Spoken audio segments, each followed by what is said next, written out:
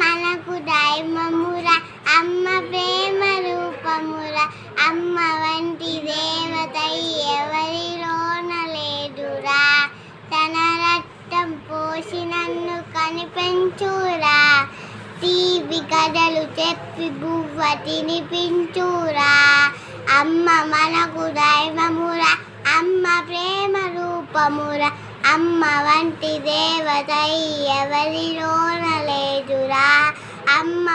అమ్మ పిలుపులో ఎంతో కమ్మదనం ఉందిరా.